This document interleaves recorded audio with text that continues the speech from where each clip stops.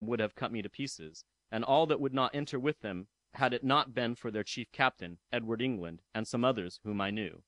They talked of their burning one of our ships, which we had so entirely disabled as to be no farther use to them, and to fit the Cassandra in her room, but in the end I managed the affair so well that they made me a present of the said shattered ship, which was Dutch built, and called the Fancy. Her burden was about 300 tons.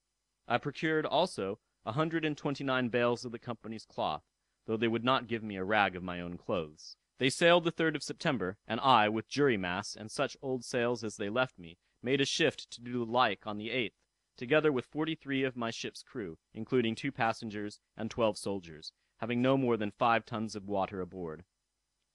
After a passage of 48 days, I arrived here on the 26th of October, almost naked and starved, having been reduced to a pint of water a day, and almost in despair of ever seeing land, by reason of the calms we met with between the coast of Arabia and Malabar. We had in all 13 men killed and 24 wounded, and we were told that we destroyed about 90 or 100 of the pirates. When they left us, they were about 300 whites and 80 blacks on both ships. I am persuaded, had our consort the Greenwich done his duty, we had destroyed both of them, and got 200,000 pounds for our owners and selves, whereas the loss of the Cassandra may justly be imputed to his deserting us.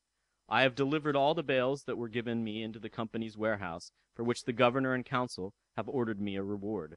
Our governor, Mr. Boone, who is extremely kind and civil to me, had ordered me home with the packet, but Captain Harvey, who had a prior promise, being home in with the fleet, goes in my room. The governor had promised me a country voyage to help to make up my losses, and would have me stay and accompany him to England next year.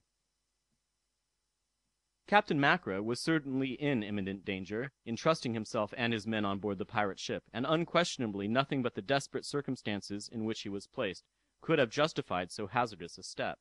The honor and influence of Captain England, however, protected him and his men from the fury of the crew, who would willingly have wreaked their vengeance upon them. It is pleasing to discover any instance of generosity or honor among such an abandoned race, who bid defiance to all the laws of honor, and, indeed, are regardless of all laws human and divine. Captain England was so steady to Captain Macra that he informed him it would be with no small difficulty and address that he would be able to preserve him and his men from the fury of the crew, who were greatly enraged at all the resistance which had been made. He likewise acquainted him that his influence and authority among them was giving place to that of Captain Taylor, chiefly because the dispositions of the latter were more savage and brutal. They therefore consulted between them what was the best method to secure the favor of Taylor and keep him in good humor. Macra made the punch to flow in great abundance, and employed every artifice to soothe the mind of that ferocious villain. A single incident was also very favorable to the unfortunate captain. It happened that a pirate, with a prodigious pair of whiskers, a wooden leg, and stuck round with pistols, came blustering and swearing upon the quarter-deck, inquiring, "Where is Captain Macra?" He naturally supposed that this barbarous-looking fellow would be his executioner, but, as he approached, he took the captain by the hand, swearing that he was an honest fellow, and that he had formerly sailed with him, and would stand by him, and let him see the man that would touch him. This terminated the dispute, and Captain Taylor's disposition was so ameliorated with punch, that he consented that the old pirate ship, and so many bales of cloth, should be given to Macra, and then sank into the arms of intoxication.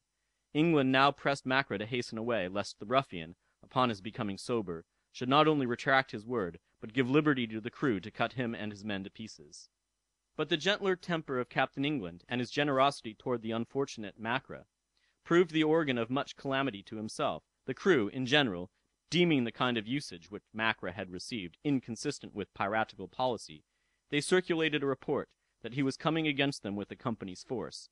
The result of these invidious reports was to deprive England of his command, and to excite these cruel villains to put him on shore, with 3 others, upon the island of Mauritius. If England and his small company had not been destitute of every necessary, they might have made a comfortable subsistence here, as the islands abound with deer, hogs, and other animals. Dissatisfied, however, with their solitary situation, Captain England and his 3 men exerted their industry and ingenuity, and formed a small boat, with which they sailed to Madagascar, where they subsisted upon the generosity of some more fortunate piratical companions. Captain Taylor detained some of the officers and men belonging to Captain Macra, and having repaired their vessel, sailed for India. The day before they made land, they espied 2 ships to the eastward, and supposing them to be English, Captain Taylor ordered one of the officers of Macra's ship to communicate to him the private signals between the company's ships, swearing that if he did not do so immediately, he would cut him into pound pieces. But the poor man, being unable to give the information demanded, was under the necessity of enduring their threats. Arrived at the vessels, they found that they were two Moorish ships, laden with horses. The pirates brought the captains and merchants on board, and tortured them in a barbarous manner, to constrain them to tell where they had hid their treasure. They were, however, disappointed, and the next morning they discovered land, and at the same time a fleet on shore plying to windward. In this situation they were at a considerable loss how to dispose of their prizes. To let them go would lead to their discovery, and thus defeat the design of their voyage, and it was a distressing matter to sink the men and the horses, though many of them were for adopting that measure.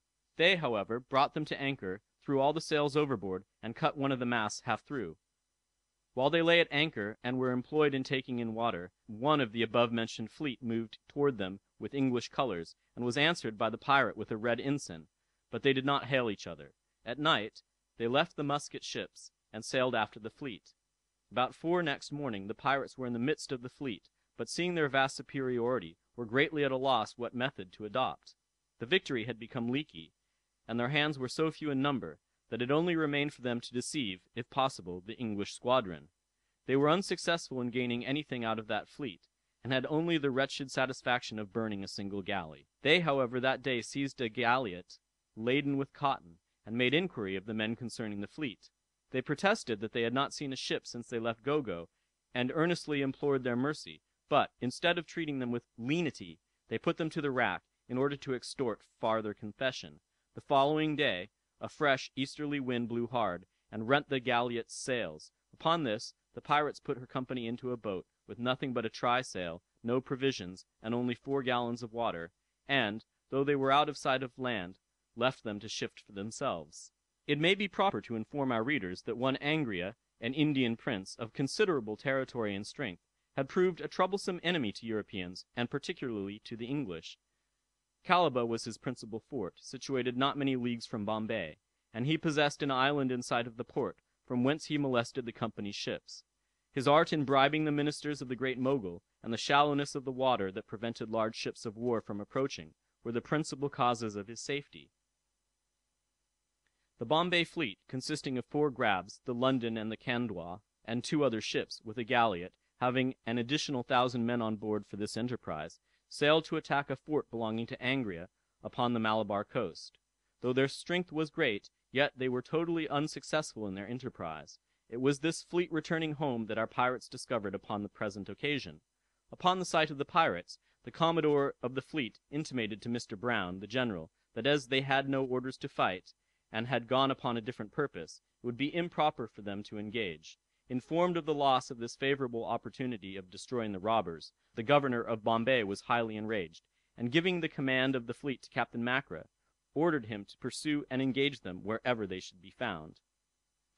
The pirates having barbarously sent away the galliot with her men, they arrived southward, and between Goa and Karwar they heard several guns, so that they came to anchor, and sent their boat to reconnoiter, which returned next morning with the intelligence of 2 grabs lying at anchor in the road. They accordingly weighed, ran toward the bay, and in the morning were discovered by the grabs, who had just time to run under India Diva Castle for protection. This was the more vexatious to the pirates, as they were without water. Some of them, therefore, were for making a descent upon the island, but that measure not being generally approved, they sailed toward the south, and took a small ship, which had only a Dutchman and 2 Portuguese on board. They sent one of these on shore to the captain, to inform him that, if he would give them some water and fresh provisions, he might have his vessel returned. He replied that, if they would give him possession over the bar, he would comply with their request. But, suspecting the integrity of his design, they sailed for Lakadiva Islands, uttering dreadful imprecations against the captain. Disappointed in finding water at these islands, they sailed to Melinda Island, and sent their boats on shore to discover if there was any water, or if there were any inhabitants.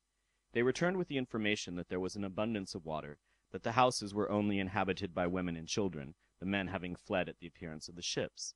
They accordingly hastened to supply themselves with water, used the defenseless women in a brutal manner, destroyed many of their fruit trees, and set some of their houses on fire. While off the island, they lost several of their anchors by the rockiness of the ground, and one day, blowing more violently than usual, they were forced to take to sea, leaving several people and most of the water